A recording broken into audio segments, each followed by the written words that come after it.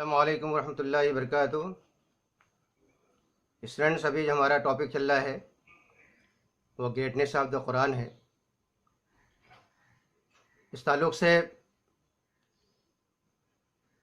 Fourth part میں آپ نے بہت ساری ڈیٹیلز پڑھ لی ہیں۔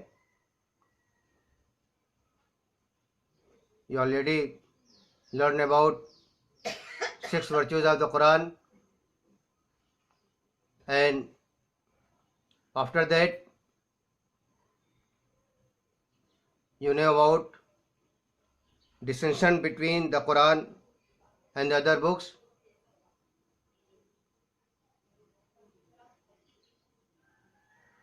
and we already discussing about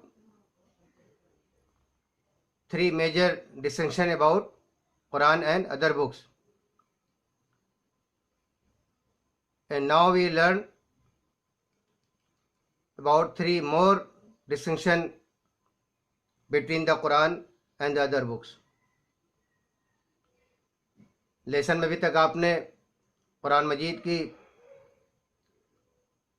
6 اہم خوبیاں پڑھی ہیں، اور قرآن اور دوسری کتابوں میں کیا فرق ہے،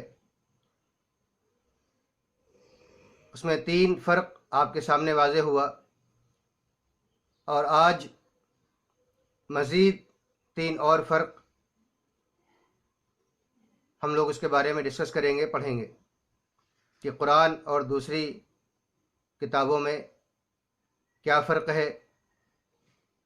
اس کے ذریعے سے قرآن کی عظمت ہمارے دل میں بیٹھے گی، اور ہم نہ صرف ایک ہی قرآن مجید کے پڑھنے والے، سمجھنے والے، عمل کرنے والے بن جائیں گے، بلکہ دنیا کو قرآن مجید کی طرف بلانے والے بن جائیں گے انشاءاللہ۔ تو what is the fourth virtue of the 4 main distinction about Quran? That is, the Quran is absolutely comprehensive in its content. یعنی چوتھی بات یا چوتھا فرق قرآن اور دوسری کتابوں میں یہ واضح ہوا کہ قرآن مجید کا جو علم ہے، قرآن مجید کے جو کانٹینٹ ہیں، وہ کمپریہنسو ہیں، یعنی اس کے اندر ساری باتیں آ گئیں، ساری چیزوں کا قرآن میں نے احاطہ کر رکھا ہے، سارے معاملات کو ڈسکس کیا ہے، یہ کمپریہنسو ہے، ہر طرح کے معاملات، ہر طرح کی چیزیں اس کے اندر ڈسکس ہوتی ہیں۔ It gives guidance in all aspects of faith, all matters of human interaction, morality and manners. یعنی عقیدے کے تعلق سے جتنی چیزیں ہیں وہ قرآن کے اندر پائی جاتی ہیں، ہیومن جو ضروریات ہیں، انسانی ضرورتوں کی جتنی باتیں ہیں، جو انسان کو ضرورت پڑ سکتی ہے، قرآن اس کے بارے میں بات بھی کرتا ہے۔ اخلاقیات کے تعلق سے معاملات ہوں، مینرز کے تعلق سے بات ہو، وہ سب قرآن اس کے بارے میں ڈسکس کرتا ہے۔ یہ صرف قرآن کے اندر خصوصیت موجود ہے، اسی لیے دوسری جو الہامی کتابیں جن کے بارے میں آج دعویٰ کیا جاتا ہے، ان کے اندر یہ خصوصیت پائی نہیں جاتی، یہ بات ان کے اندر نہیں پائی جاتی کہ وہ سارے معاملات پر ڈسکس کریں۔ بہت ساری جو کتابیں ہیں اس کے اندر الگ الگ چیزیں پائی جاتی ہیں، یعنی کسی کے اندر احکامات ہیں، صرف اللہ کے احکامات کا اس میں تذکرہ کیا گیا ہے۔ مثال کے طور پر توریت ہے، توریت کے اندر احکامات پائے جاتے ہیں، اسی لیے اس کا جو آج کل مشہور نام ہے وہ 10 کمانڈمنٹس ہیں، اللہ کے 10 احکامات، احکام عشرہ۔ زبور کی جو خصوصیت ہو یہ ہے کہ وہ اس کے اندر عموماً اللہ کی حمد اور ثنا بیان کی گئی ہے، تعریف بیان کی گئی ہے، ایک خاص لے میں، ایک نظم کے انداز میں۔ انجیل توریت کا ایک طرح سے ایکسپلینیشن ہے، اس کا تتمہ ہے، اس کی تکمیل ہے. جو توریت کی باتیں ہیں اسی کو اس نے آ کر کے مزید اس کی تصدیق کی ہے اور اس کو تکمیل اس کی ہے. تو اس طرح سے ہم دیکھتے ہیں کہ قرآن مجید کی ہی خاص خصوصیت ہے، دوسری کتابوں میں بات نہیں پائی جاتی کہ دنیا کے تمام معاملات کے تعلق سے، آخرت کے تمام معاملات کے تعلق سے، انسانی زندگی کے جتنے اسپیکٹس ہیں، جتنے پہلو ہیں، ان تمام کے تعلق سے قرآن ڈسکس کرتا ہے، اس کے بارے میں وضاحت کرتا ہے. پانچواں فرق ہے قرآن مجید اور دوسری کتابوں کا، اور یہ بہت ہی واضح فرق ہے کہ the teaching of Quran appeal to the wisdom and conscience. یعنی قرآن مجید کی جو تعلیمات ہیں، قرآن مجید کی جو باتیں ہیں، وہ وزڈم کو اپیل کرتی ہیں، وہ انسانی عقل کو مطمئن کرتی ہیں. ہمارے سامنے قرآن کی کوئی بات آئے گی تو ایسا نہیں ہو کہ عقل کے خلاف ہوگی. قرآن نے یہ بات کیسے کہہ دی؟ سائنس کے خلاف جا رہا ہے معاملہ، میتھ کے خلاف معاملہ جا رہا ہے. ایسا نہیں ہوتا ہے. قرآن کی جتنی باتیں ہیں عقل اس کے ذریعے مطمئن ہوتی ہے. یہ بڑا فرق ہے قرآن کی اور دوسری کتابوں کے اندر. دوسری کتابوں کے اندر آج بھی بہت ساری ایسی باتیں پائی جاتی ہیں جو عقل کے خلاف ہے، سائنس کے خلاف ہے، حقیقت کے خلاف ہے. اور یہی وجہ رہی ہے کہ لوگوں نے قرآن کے علاوہ جب دوسری الہامی کتابیں پڑھیں اور اس کو گاڈ کی طرف سے مانا، اللہ کی طرف سے مانا، تو ان کو مذہب سے دوری پیدا ہو گئی، ان کو مذہب سے بیزاری پیدا ہو گئی. وہ سمجھتے رہے کہ مذہب تو یہ سکھاتا ہے، اس کا مطلب یہ ہے کہ مذہب علم کے خلاف ہے، مذہب سائنس کے خلاف ہے. تو وہ انہوں نے مذہب سے دوری اختیار کی اور مذہبی لوگوں کو یہ سمجھا کہ یہ لوگ ایسے ہیں جو علم سے کورے ہوتے ہیں.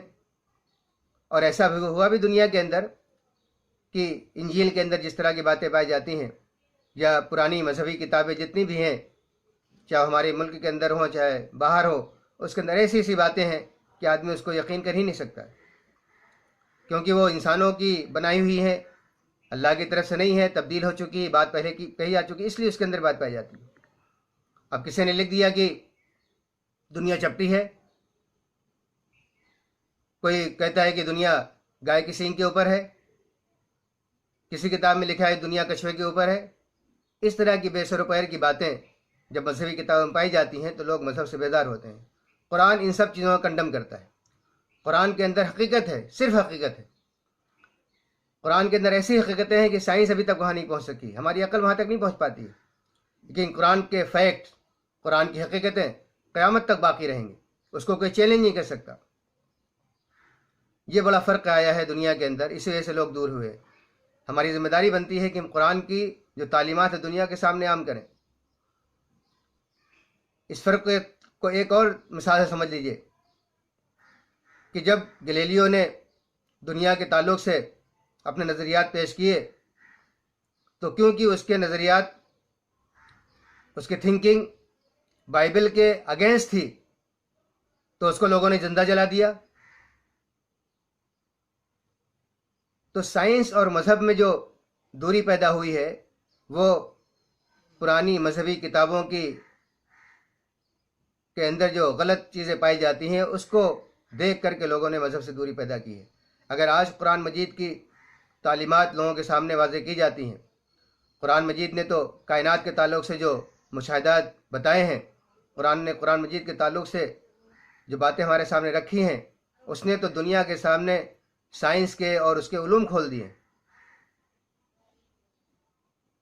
یہ ایک مستقل الگ ٹاپک ہے کہ قرآن اور سائنس میں کیسے سملرٹیز ہیں اور قرآن نے کس طرح سے سائنس کو ایک بہترین علم عطا کیا ہے. کائنات کے تعلق سے قرآن کی حقیقتیں ہیں تو کلن فی فلک یسبحون، ہر چیز آسمان میں تیر رہی ہے. آج سائنس اس کو ماننے کو مجبور ہے. سائنس کے نظریات بدل جاتے ہیں، سائنس کے لاز بدل جاتے ہیں، لیکن قرآن کے لاز نہیں بدلتے. تو قرآن مجید کی خاص خوبی، خاص صفت اور دوسری کتابوں سے جو فرق ہمارے سامنے واضح ہوا وہ یہ ہے کہ قرآن وزڈم کو اپیل کرتا ہے، قرآن عقل کو مطمئن کرتا ہے۔ دنیا کے اندر انکشافات پہ انکشافات ہوتے رہیں گے اور قرآن ہماری عقل کو مطمئن کرتا رہے گا۔ قرآن میں کوئی ایسی بات نہیں ہے جو عقل کے خلاف ہو اور ہم اس کو سمجھیں کہ یہ بات کیوں لکھ دی گئی، یہ بات کیسے کہہ دی گئی۔ اب آتے ہیں چھٹے فرقے کی طرف، اور وہ کیا ہے؟ That is the Quran is a remedy. یہ ایک بڑی خاص بات ہے قرآن مجید کی، اور ساری چیزیں اس سے محروم ہیں۔ یہ کیا بات سامنے واضح ہوئی؟ یعنی قرآن شفا ہے، علاج ہے۔ اللہ نے قرآن مجید میں فرمایا، قرآن مجید میں اللہ تعالیٰ کا ارشاد گرامی ہے کہ شفاء لما فی الصدور، قرآن دلوں کے لیے شفا ہے۔ قرآن کے الفاظ کے اندر، قرآن کے کلام کے اندر، قرآن اگر پڑھا جائے، اس کی تلاوت کی جائے، کسی پر اس کا دم کیا جائے، قرآن کی آیتیں کسی کے مرض اور کسی بیماری پر بھی تلاوت کی جائے، تو اس کے اندر یہ طاقت ہے روحانی حیثیت سے، یہ پاور ہے روحانی حیثیت سے کہ وہ لوگوں کے اندرونی طور پہ بھی لوگوں کے لیے شفا ہے اور ظاہری طور پہ بھی لوگوں کے لیے شفا ہے۔ کسی اور کلام کے اندر یہ بات نہیں پائی جا سکتی۔ آپ کسی بھی کلام پڑھتے رہیں، خوب پڑھیں، لیکن اس کلام کا وہ اثر نہیں ہو سکتا جو قرآن کی آیتوں کا ہوتا ہے۔ یہ بھی ایک خاص فرق ہے قرآن کا اور دوسری کتابوں کا۔ تو یہاں تک ہم نے اسٹوڈنٹس یہ باتیں پڑھیں، 6 چیزیں تو یہ پڑھیں کہ قرآن مجید کی خاص خوبی کیا ہے۔ اسی طرح سے 6 پوائنٹ اس بارے میں پڑھے کہ قرآن اور دوسری جو الہامی کتابیں ہیں اس کے اندر خاص کیا فرق ہے۔ بڑا مختصر یہ بتایا گیا۔ ایسا نہیں کہ صرف اتنا ہی فرق موجود ہے، ایسا ہی نہیں ہے کہ صرف اتنی ہی خوبیاں موجود ہیں، بلکہ یہ ان شارٹ جتنا آپ کے سلیبس میں آپ کے لیے مناسب ہے اس کے لحاظ سے بتایا گیا ہے، ورنہ خوبیاں تو اتنی ہیں کہ آدمی بیان کرتا رہے، خوبیاں ختم نہیں ہوں گی۔ اب ایک آخری موضوع ہم ڈسکس کریں گے اور اسی کے ساتھ ساتھ ہمارے لیسن کمپلیٹ ہو جائے گا۔ وہ کیا چیز ہے؟ That is excellence of Quran. Excellence قرآن کے تعلق سے اللہ کے رسول محمد مصطفیٰ صلی اللہ علیہ وسلم کے ارشادات گرامی کیا ہیں اور قرآن کے فضائل کیا ہیں، قرآن کو سکھانے کے تعلق سے کیا کچھ ارشاد فرمایا گیا ہے۔ تو ایکسلنس آف قرآن،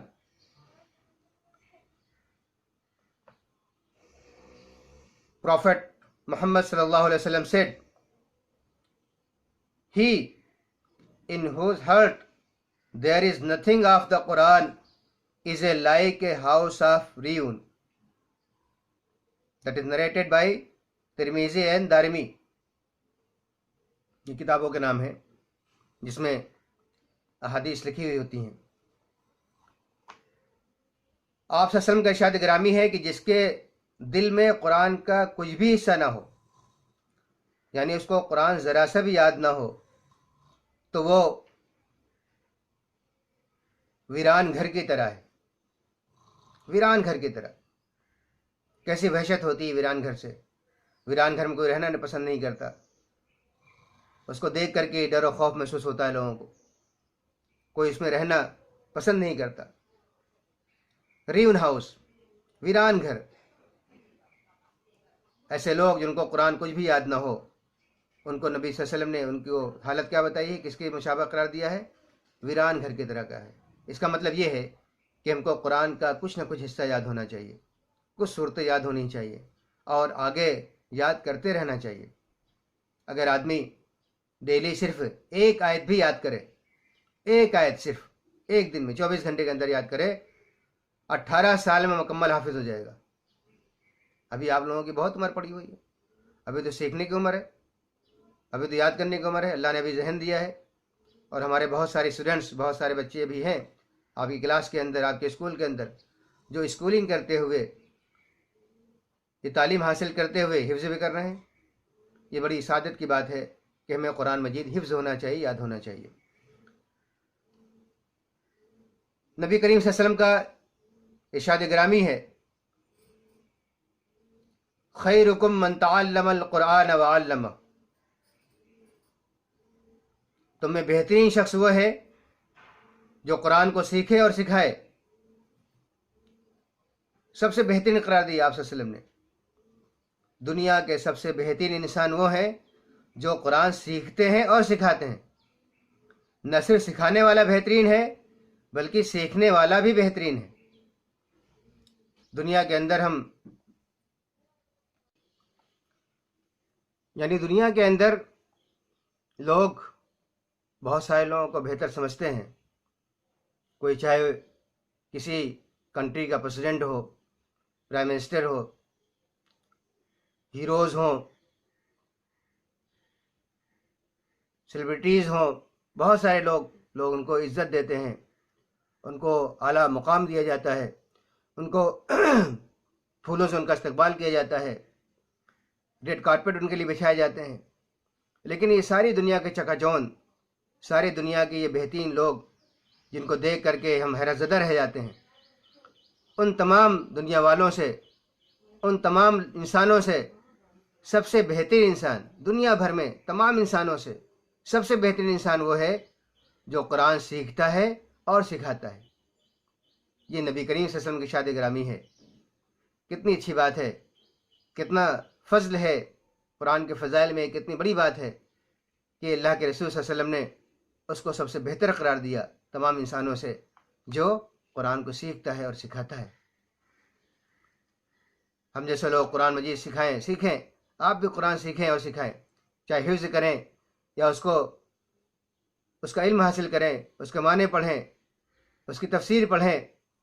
قرآن کو سیکھنے کے جتنے اسٹیپس ہیں وہ سب ہم سیکھیں، ہم نبی کریم صلی اللہ علیہ وسلم کی اس حدیث کے مصداق ہو جائیں گے اور اللہ کی نگاہ میں، نبی کی نگاہ میں سب سے بہتر قرار پائیں گے۔ اور مزید کیا فرمایا نبی کریم صلی اللہ علیہ وسلم نے؟ پروفٹ محمد صلی اللہ علیہ وسلم said, always recite the Quran. On the day of judgment, it will come an intercessor for those who recite it. That is narrated by Muslim Sharif. کیا فرمایا گیا؟ نبی صلی اللہ علیہ وسلم نے ارشاد فرمایا کہ ہمیشہ قرآن مجید کی تلاوت کرتے رہا کرو، اس لیے کہ قیامت کے دن جو لوگ اس کی تلاوت کریں گے وہ ان کا سفارشی بن کے آئے گا، سفارش کرے گا قرآن مجید قیامت میں۔ انٹرسیسر اللہ تعالیٰ سے سفارش کرے گا کہ یہ آپ کا یہ بندہ میری تلاوت کیا کرتا تھا، آپ کے کلام کو میں محبوب رکھا کرتا تھا، گانے، فلمی چیزیں، الٹی پلٹی حرکتیں نہیں کیا کرتا تھا، بلکہ اس کو جب موقع ملتا تو قرآن کی تلاوت کرتا، اپنی زبان کو گندے الفاظ اور گندے جملے کے بجائے قرآن کی تلاوت سے تر رکھتا۔ اس طرح سے اللہ کے سامنے قرآن مجید سفارش کرے گا اور پھر امید کی جاتی ہے کہ اللہ تعالیٰ اس کے ذریعے سے درجات بلند فرمائے گا اور مغفرت فرمائے گا۔ بہت اہم حدیث ہے۔ پھر آپ صلی اللہ علیہ وسلم نے ایک اور موقع میں ارشاد فرمایا،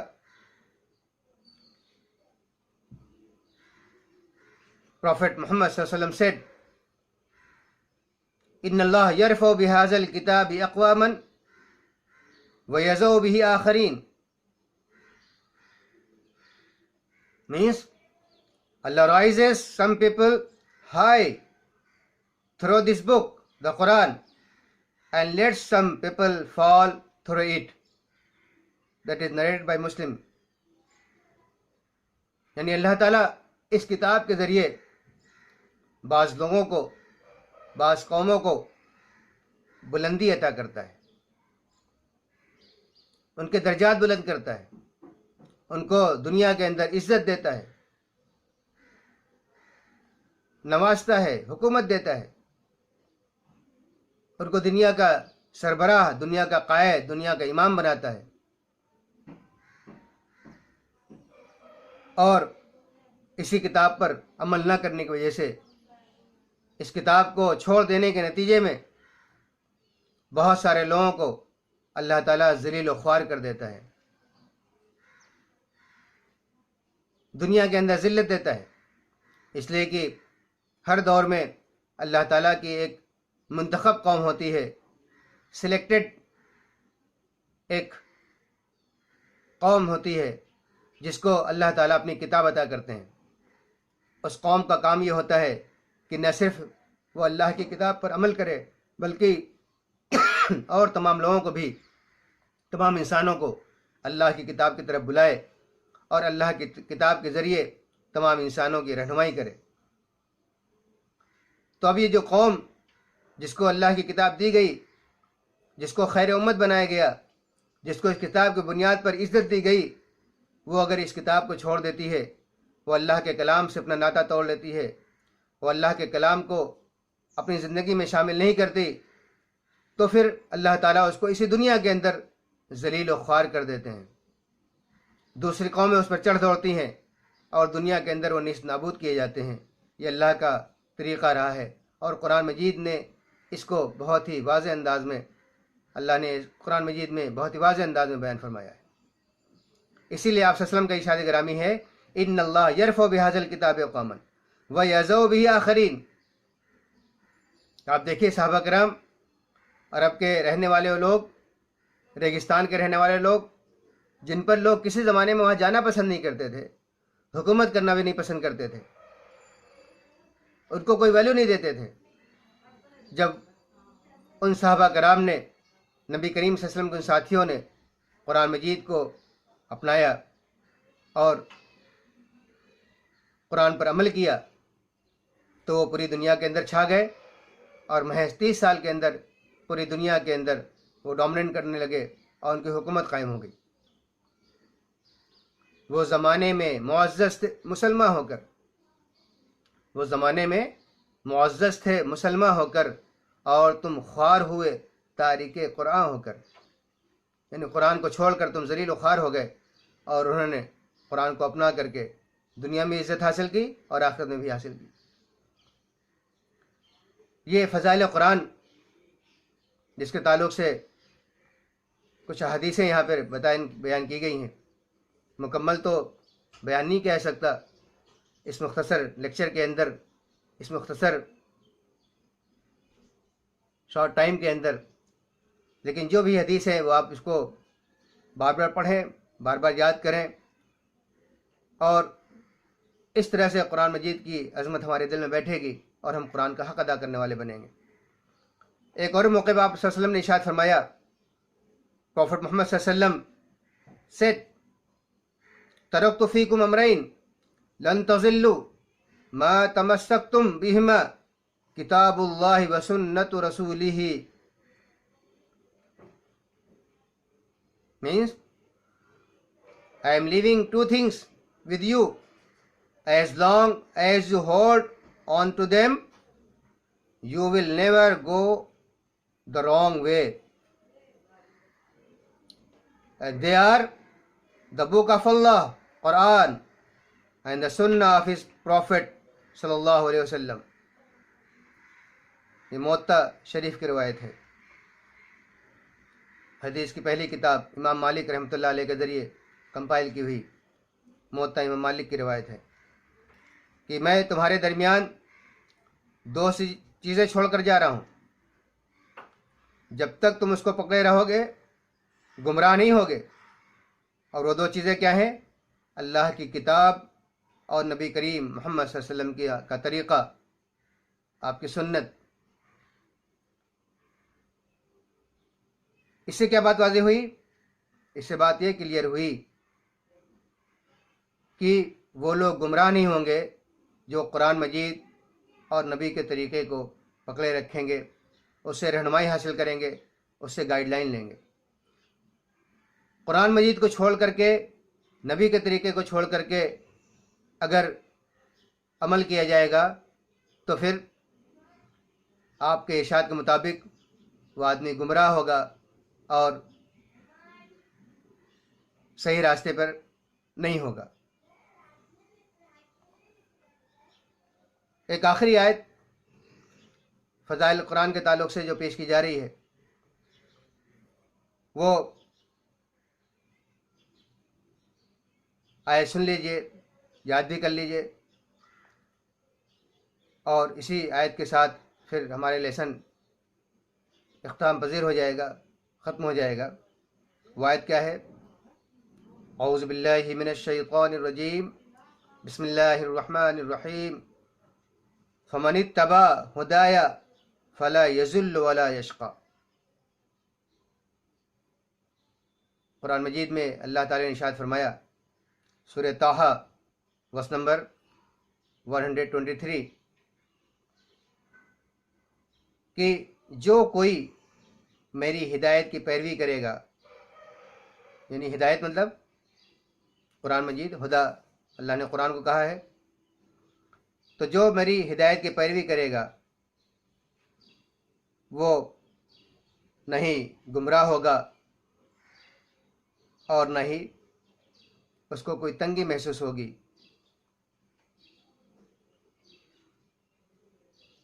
کتنی واضح بات ہے کہ اللہ کی جانب سے ارشاد ہے کہ جس نے میری ہدایت کی پیروی کی تو وہ نہ صرف وہ گمراہ بھی نہیں ہوگا اور نہ ہی اس کی زندگی تنگ ہوگی، زندگی میں اس کو کوئی پریشانی ہوگی۔ اس کا دوسرا پہلو یہ ہے کہ جو اللہ کی ہدایت کی پیروی نہیں کرے گا وہ گمراہ بھی ہوگا اور اس کی زندگی بھی بڑی تنگی کی ہوگی، بڑی پریشانی کی ہوگی۔ تو ٹرانسلیشن کیا ہے اس آیت کا؟ Whosoever follows my guidance will not lose his way in the world and will not face mercy on the last day۔ یعنی یہ بات کلیئر ہو گئی کہ دنیا میں نہ وہ گمراہ ہوگا اور نہ ہی آخرت کے اندر اس کو کوئی پریشانی ہوگی۔ تو یہ ہم لیسن جو پڑھ رہے تھے ایکسلنس کے تعلق سے، ایکسلنس آف قرآن کے تعلق سے، اور پورے لیسن کا جو ٹاپک ہے گریٹنیس آف دا قرآن، یہاں پر ختم ہو رہا ہے کہ ہم کو جو خوبیاں معلوم ہوئی ہیں، ہم کو جو فرق معلوم ہوا ہے الہامی کتاب کے ذریعے، وہ بہت واضح ہو چکا ہے۔ اب اس کا تقاضا کیا ہوتا ہے؟ اب ان چیزوں کو پڑھنے کے بعد ہم پر کیا ذمہ داری عائد ہوتی ہے، وہ انشاءاللہ ہم نیکسٹ لیسن ڈسکس کریں گے۔ تب تک کے لیے اللہ حافظ۔ انشاءاللہ we will meet in next video۔ السلام علیکم ورحمۃ اللہ وبرکاتہ۔